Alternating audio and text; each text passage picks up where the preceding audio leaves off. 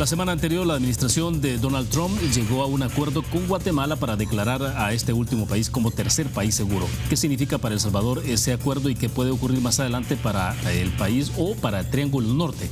La respuesta a esa y otras preguntas aquí en 8 en punto.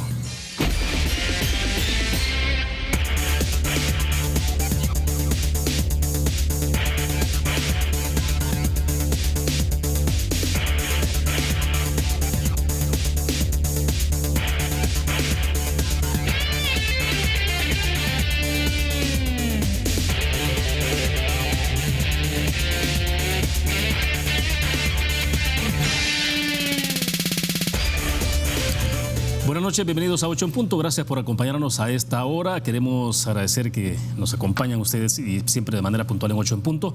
Vamos a iniciar con nuestros invitados sobre el análisis de varios temas. Elección de magistrados del Tribunal Supremo Electoral como punto neurálgico, pero también está esto que tiene que ver con el desarrollo del plan territorial, control territorial, el tema de migración, que es un poco la pregunta que hicimos en la introducción del programa. Así que esta noche queremos agradecer a nuestros invitados. Eduardo Escobar, director ejecutivo de Acción Ciudadana, está con nosotros acá en el programa. Eduardo, bienvenido. Buenas noches, William. Siempre un gusto.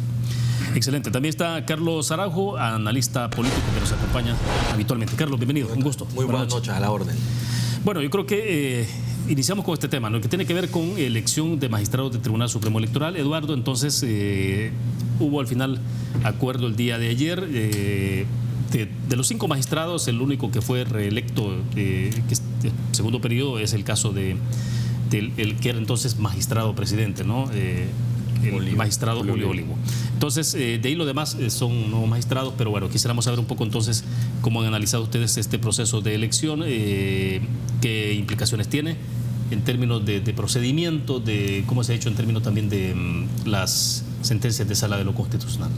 Bueno, creo yo que hay que diferenciar en este caso de la elección de los magistrados el procedimiento en sí y el resultado que se obtuvo. El procedimiento podemos señalar que en algunos aspectos tuvo avances. ¿Y a qué nos referimos con esto? Corte Suprema de Justicia fue bastante queriendo averiguar. Fueron inquisidores los magistrados, la comisión de jueces, buscando el conocimiento, la idoneidad de los que se postularon desde la Corte Suprema de Justicia. Y en esa medida, para nosotros, nos pareció positivo esa fase de entrevistas, porque no eran preguntas, como se dice popularmente, cajoneras, sino que eran preguntas que en realidad buscaban indagar si había o no conocimiento básico de la materia electoral. O sea, esto sería a diferencia de otros procedimientos. Ahora sí se notó que entonces hubo un esfuerzo por hacer preguntas. Los magistrados de Corte Suprema se notó eso, se prepararon, investigaron, plantearon incluso preguntas con el tema de la jurisprudencia, etcétera, etcétera. Pero donde la Corte se quedó corta, y aquí es donde Sociedad Civil ha señalado la poca transparencia, es en la decisión final. O sea, qué criterios, qué ponderaciones, por qué se ponderó más ciertos aspectos que otros, y por qué salieron estas ternas, sin desmeritar de ninguna manera a los candidatos, sino que estamos hablando del procedimiento. Sí, claro. Entonces, ahí hay una parte positiva, pero también una parte ya de la decisión donde hay una falencia. Y en el caso de la Asamblea Legislativa también se observó un avance importante en el sentido de que ahora sí se entrevistaron a las ternas, lo que nunca antes se había hecho, que yo recuerde. Sí, ¿no? Primera vez que se entrevistan a las ternas. Entonces, estas entrevistas permitieron a la ciudadanía en general conocer quiénes sabían y quiénes no, por ponerlo en términos muy llanos, o sea, quién sabía materia electoral y quién no. Entonces, eso permitió a Sociedad Civil hacerse un panorama de por dónde estaban las personas idóneas en esas ternas de los partidos políticos. Obviamente nosotros encontramos en general, que si ya nos pasamos a la fase de decisión, también de nuevo un grado mayor de oscuridad en la decisión política que tomó la Asamblea respecto de quiénes son. Si uno lee el dictamen que se emitió ayer de la Comisión Política, no dice cómo se evaluaron, dice que se evaluaron, pero no dice cómo, no dice la tabla de resultados.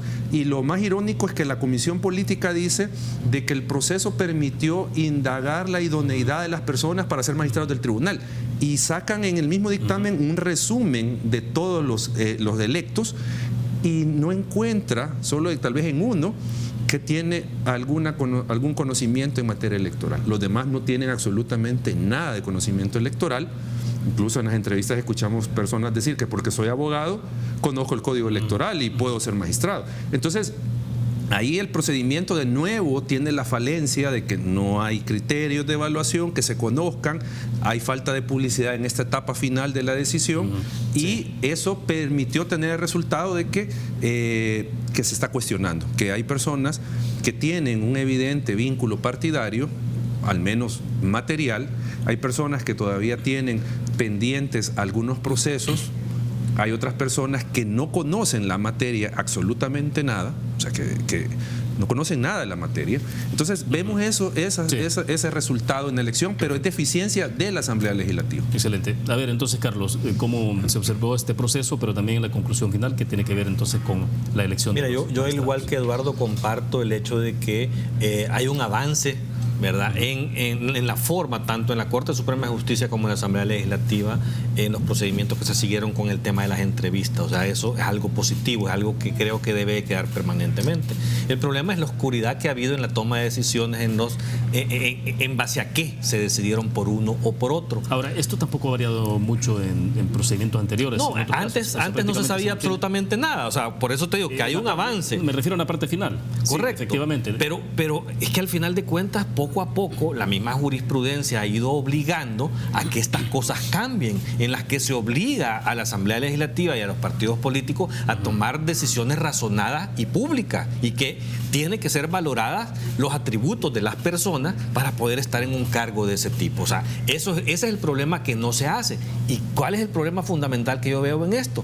Es haber iniciado tarde todo este procedimiento y haberse puesto como límite que el 31 tendrían que estar siendo electos. O sea, al final de cuentas, si hacen un proceso de entrevistas en la Asamblea Legislativa, pero no se toman el tiempo para hacer toda la valoración de los atributos y del cumplimiento de las normas, porque todo este problema que está saliendo de señalamientos, de juicios pendientes, de vínculos partidarios, no es que esté probado que sea cierto, a este momento no está probado, claro, pero la celeridad con la que toman las decisiones en la Asamblea Legislativa es lo que provoca este tipo de morbo, ¿verdad? Que al final de cuentas se dice esto, pero como lo hacen a la carrera, se ve como que es un arreglo partidario debajo de la mesa. Entonces, ahora, por tanto, tiene que ser malo. Sí, ahora, en términos de tiempos, justamente concluía hoy, ¿no? El periodo de los actuales magistrados. Por eso, y tenían... Pero ¿quién empezó tarde? Sí. O sea, los partidos políticos también tomaron una decisión tardía para presentar sus propuestas. ¿Por qué la Asamblea no decidió hace 2 meses hacer la convocatoria que quería a tal fecha presentada las nóminas? Porque los mismos partidos políticos son los que deciden cuándo van a iniciar ese proceso. Ellos se ponen de acuerdo y se dan el espacio suficiente para esto. O sea, yo de verdad te digo, no quiero entrar en calificar a cada una de las personas que han sido electas. O sea, de verdad creo que son, yo al menos a la mayoría los conozco, son personas que son buenos profesionales, te podría decir eso.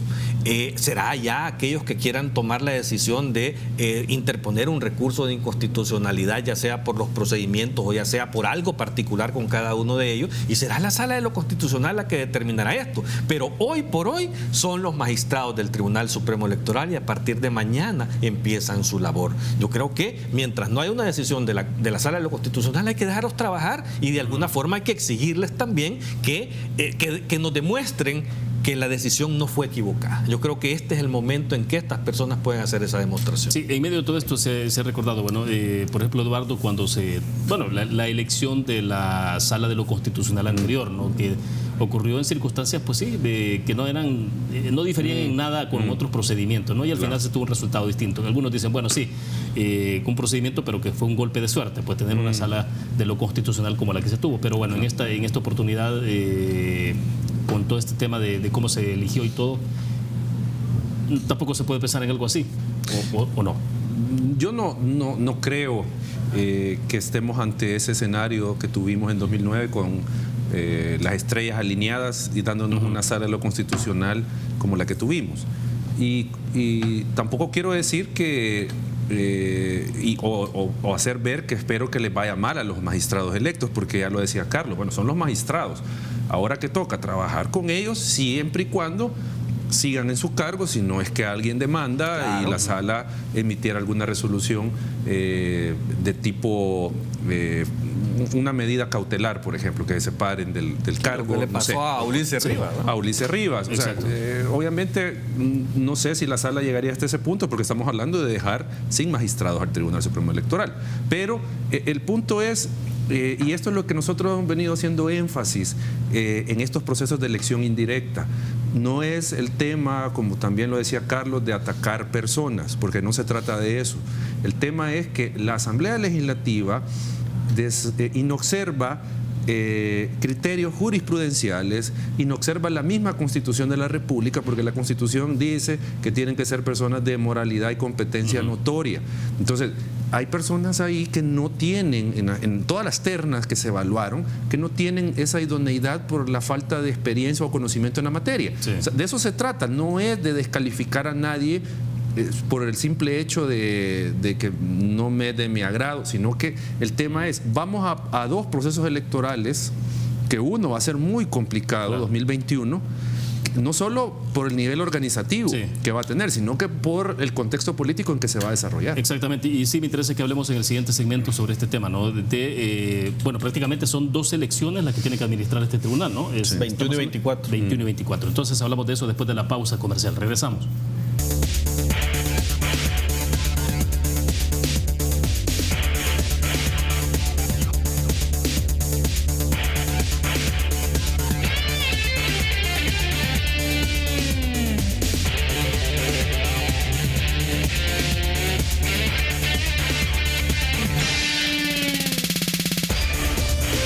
Si estás ahorrando, estás ganando. Por cada $150 que ahorres, participas en sorteos en efectivo y premios al instante por más de $60,000. Ahorra y gana con Banco Promérica. Continuamos en 8 en punto. Nuestros invitados: Eduardo Escobar, director ejecutivo de Acción Ciudadana, y también Carlos Araujo, analista político.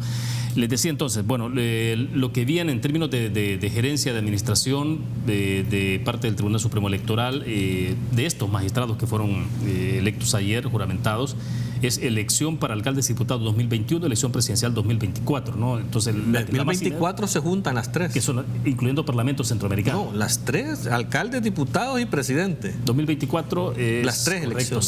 Sí. Y el 2021 es alcaldes, diputados y Parlamento Centroamericano, 2021, sí. Más entonces, la posibilidad de voto desde el exterior.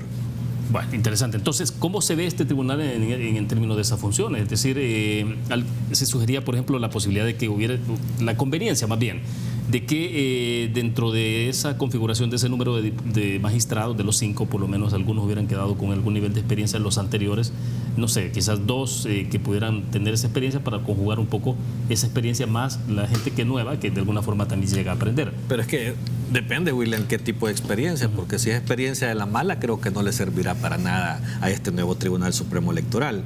Mira, Julio Olivo es el que se está repitiendo.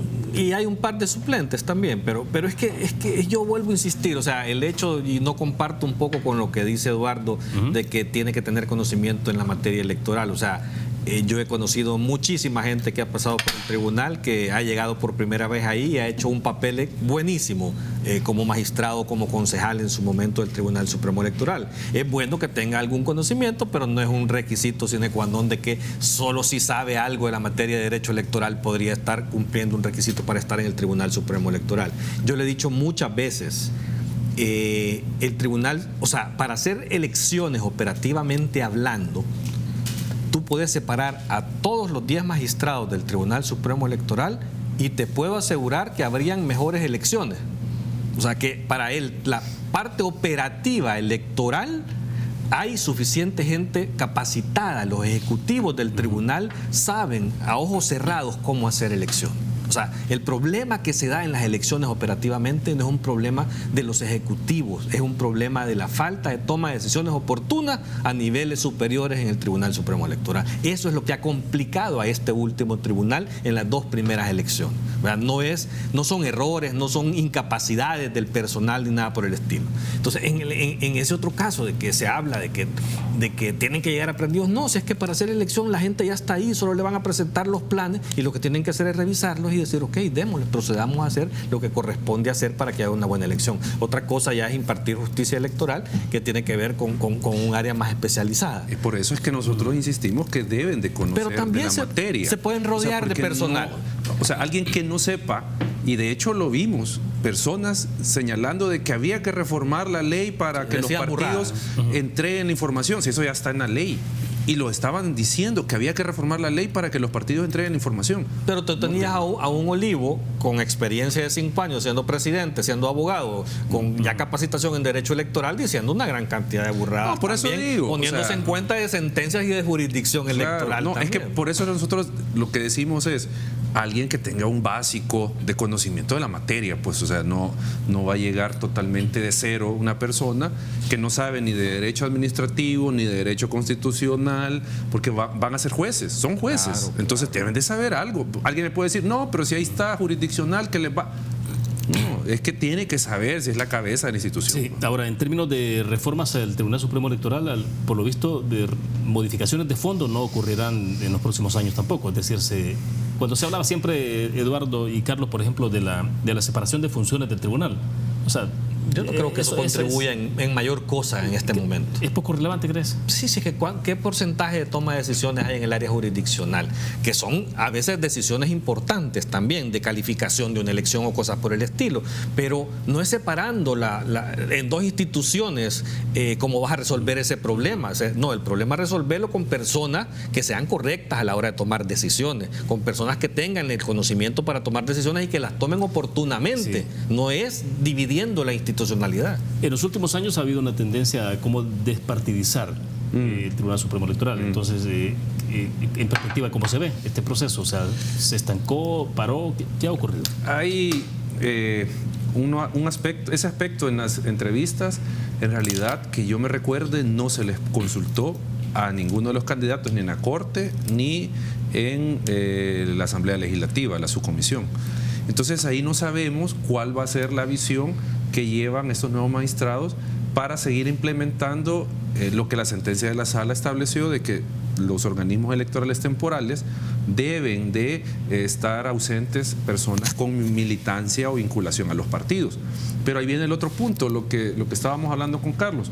Si la Sala también en esa sentencia habla de la profesionalización de la función electoral, y eso pasa obviamente porque creemos una carrera electoral, que creemos una escuela de capacitación electoral para que ahí se formen no solo los magistrados del Tribunal Supremo Electoral, sino que estamos hablando de todas las otras personas que intervienen en un proceso electoral. Entonces, no sabemos cuál es el posicionamiento de los magistrados actuales, o sea, cómo van a implementar, cómo van a seguir expandiendo este criterio de no vinculación partidaria en los organismos electorales temporales. Ahora, ellos tienen poco margen para hacer reformas, o mejor dicho, no tienen ningún margen. Ellos solo operativamente pueden implementar la reforma o la ley de la mejor manera posible, pero que generar una reforma no sabemos. Los anteriores magistrados hicieron un intento 2 veces con estos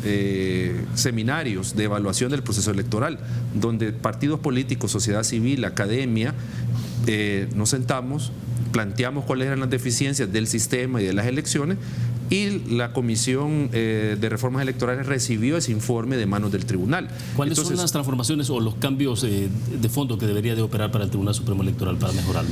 Yo creo que... En términos de tiempo, bueno, y vienen elecciones en menos de 2 años, entonces tampoco hay mucho tiempo para eso, pero... Sí, o sea, creo yo que en general, no solo para elecciones, en general, el Tribunal Supremo Electoral tiene que avanzar en temas de lograr una independencia financiera para organizar las elecciones. O sea, no podemos seguir con que el tribunal se le recorta el presupuesto, le llega tarde, y eso sufren los programas del PLAGEL, sufren porque se le recorta dinero, no hay divulgación suficiente para la ciudadanía de toda la información electoral, etcétera, etcétera. O sea, hay una serie de consecuencias de que no hay independencia financiera del tribunal. Entonces, ¿de qué forma se supera entonces eso? ¿Ah? ¿De qué forma se supera entonces la parte financiera?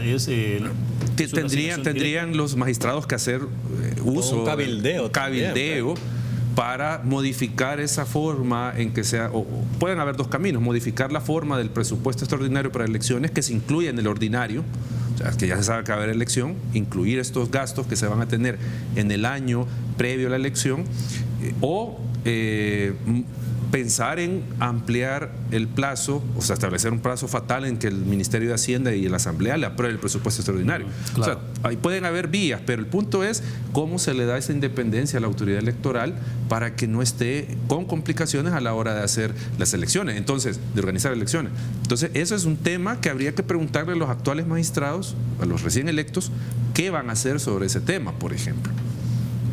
Bueno, perfecto. Vamos a otra pausa. Cuando regresemos, creo que avanzamos sobre otros temas que tienen que ver, por ejemplo, el caso de Guatemala, tercer país seguro, qué implicaciones tiene esto entonces para nuestro país y Triángulo Norte en general. Vamos a la pausa.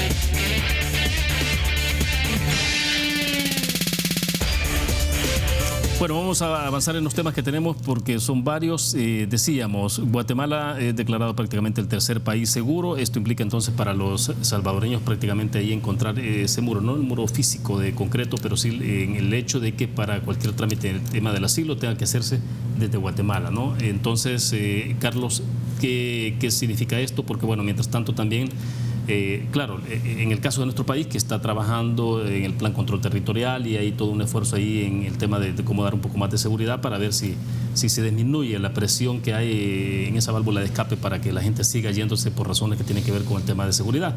Pero mientras tanto, eso ya prácticamente está pasando, ¿no? Con el caso de Guatemala. Yo creo que es lamentable que un país como Guatemala se preste a ese tipo de convenios. O sea, al final de cuentas, lo que está tratando de hacer es de levantar los muros que la política antiinmigrante de Donald Trump quiso levantar físicamente allá en la frontera sur, y ahora los está levantando con la anuencia de los gobiernos, con la anuencia y la cooperación de los gobiernos de México y ahora de Guatemala. Lo que está haciendo es precisamente eso, que nadie puede pedir asilo en los Estados Unidos si previamente pasa por Guatemala y no lo solicita desde ahí. O sea que al final son los muros que está levantando de su política inmigrante. En los mismos Estados Unidos ya están interponiéndose demandas con relación a esa política del presidente de los Estados Unidos en contra de los inmigrantes. Hay serias violaciones de derechos humanos también y a la Constitución estadounidense al parecer. Y también en Guatemala está sucediendo ya esto. O sea, yo creo que como país no podemos estar de acuerdo en que se haga este tipo de cosas. O sea, tampoco es que vamos a alentar la inmigración. O sea, tenemos que cambiar las condiciones en El Salvador para que eso no suceda. Pero mientras tanto, mientras los ciudadanos de la región centroamericana sigan buscando una vida más digna, pues no podemos nosotros tratarlos de una forma como la que el presidente Trump está queriendo que los traten. Ahora, finalmente, ¿en qué podría derivar todo esto, Eduardo? Porque, bueno, siempre ha sido, ¿no?, el tema migratorio una válvula de escape que ha habido para los salvadoreños, caso particular salvadoreños, en tanto, pues sí tenemos un problema serio con el tema de la seguridad y no hay una situación de empleo. Entonces, pero acá ahí está el desarrollo, el plan control territorial, los homicidios en promedio en lo que va de estos últimos días, 5.5, 5.6 homicidios diarios, una disminución sensible, pero si continúa, digamos, estableciéndose más bloqueos a la posibilidad de la migración, ¿en qué puede derivar esto mientras el país no logra estabilizarse?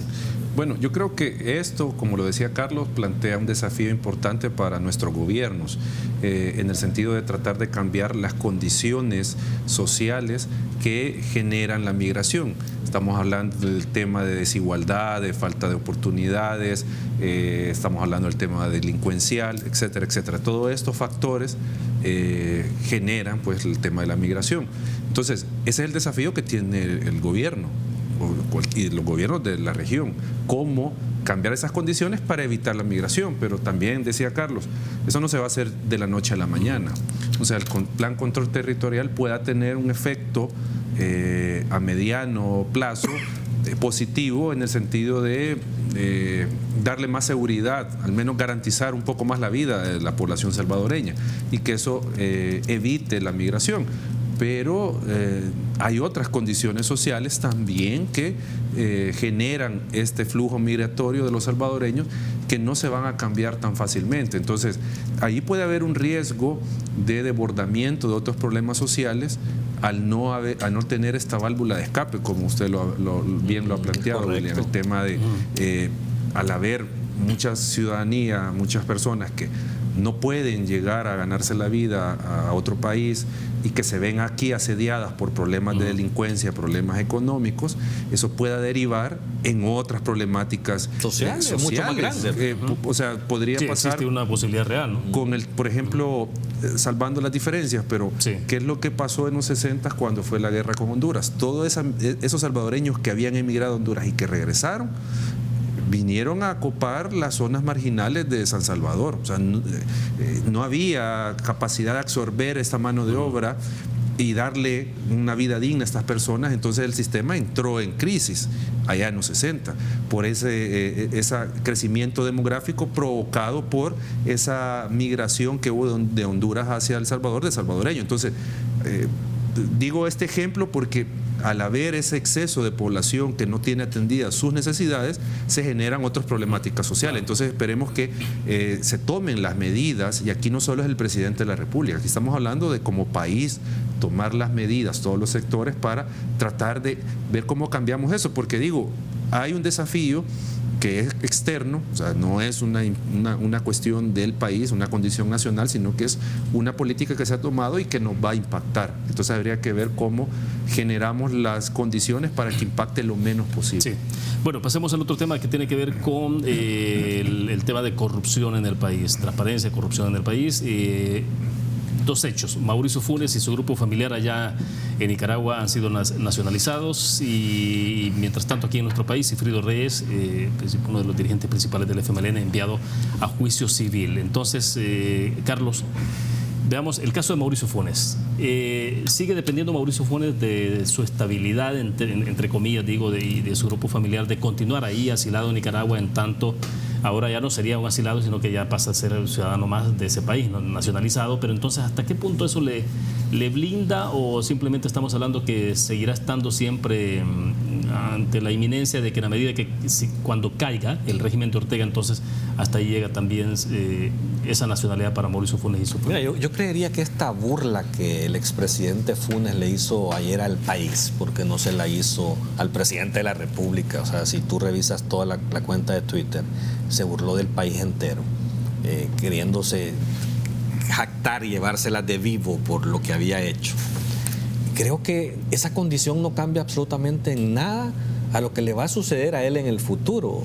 Es que traerlo a la justicia salvadoreña no depende de un asilo o de una naturalización, adquiriendo la ciudadanía nicaragüense.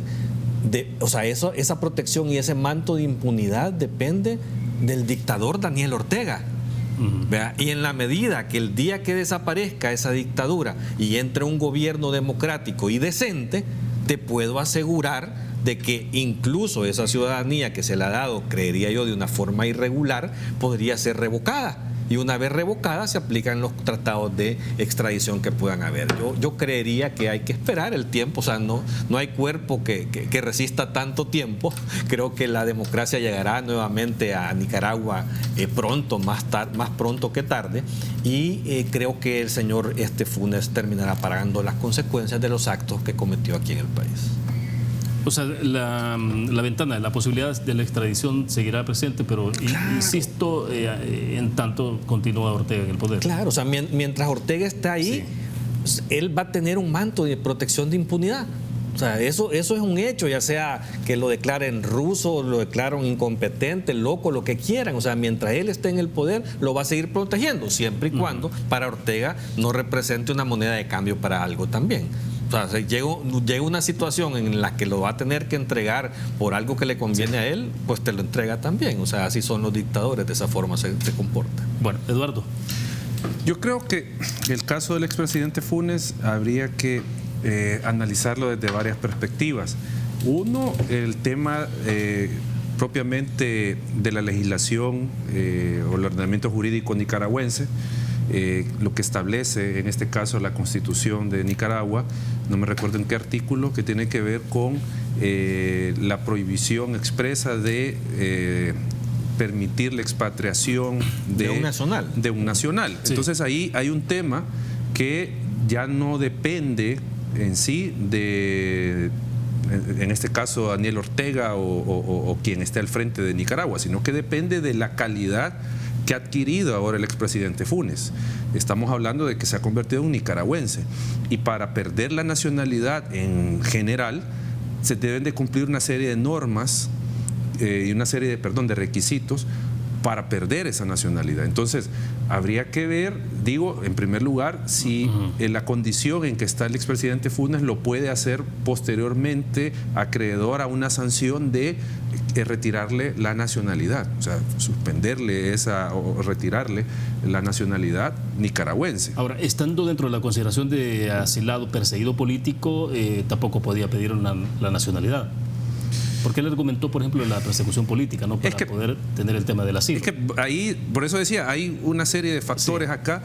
El expresidente Funes no es un perseguido político.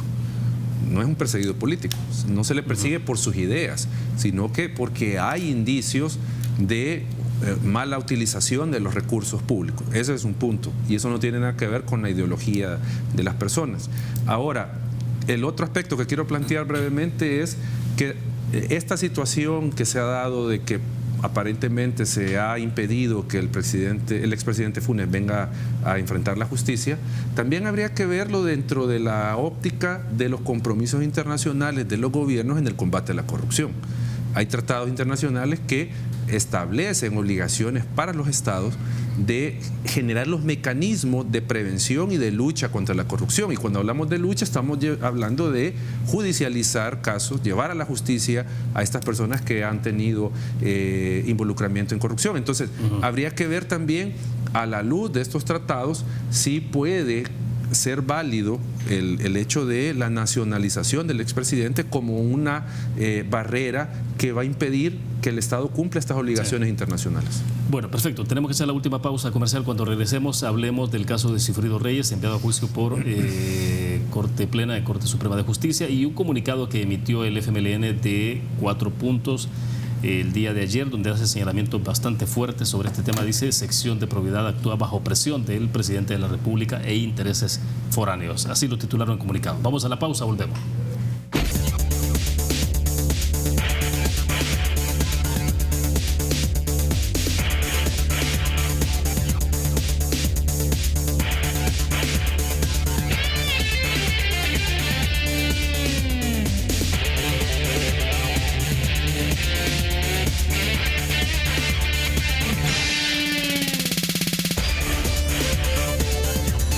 Bueno, entonces, Sigfrido Reyes enviado a juicio civil, y el FMLN sale en su defensa, emite este comunicado de 4 puntos. Por ejemplo, recuerda ahí el FMLN que la sección de probidad revisó su caso, que hay un informe final en el que establecieron que no había indicios de enriquecimiento ilícito, pero que finalmente las conclusiones no fueron sustituidas o fueron sustituidas arbitrariamente y de forma no transparente, que queda demostrado, dicen ellos, que la resolución de la Corte Suprema de Justicia forma parte de una campaña impulsada contra el FMLN y sus dirigentes por su persistente oposición a la implementación de políticas antipopulares.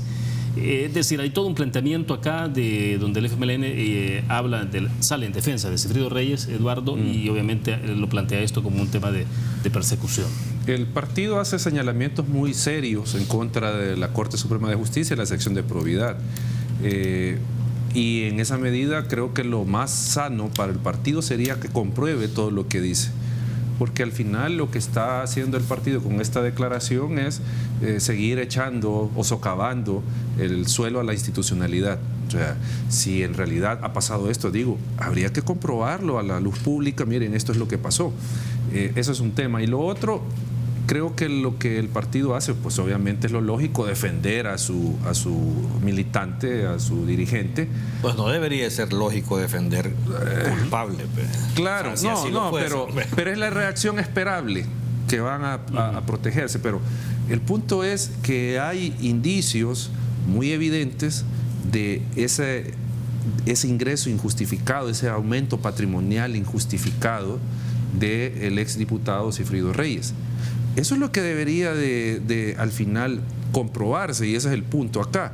Y el partido debería estar en la lógica de decir, bueno, mire, que las instancias legales correspondientes sean las que determinen si ese incremento patrimonial no justificado es legal o es ilegal, porque esas explicaciones que dio el exdiputado Reyes respecto de que se ahorraba todo el salario y que lo había invertido en empresas, o sea, eso, perdonen, pero eso no resiste el mínimo cuestionamiento. Entonces, ahí es donde también se demuestra que los partidos políticos en general no han logrado ese grado de madurez de aceptar sus errores en la gestión pública que ellos desempeñan y reconocer pues este tipo de hechos. Sí, porque habitualmente se aceptan procedimientos de sección de probidad de corte plena cuando son otros los señalados o acusados. Claro, o sea, es como lo que siempre se ha dicho, mi corrupto es mejor que tu corrupto, o sea, y yo voy a proteger a mi corrupto.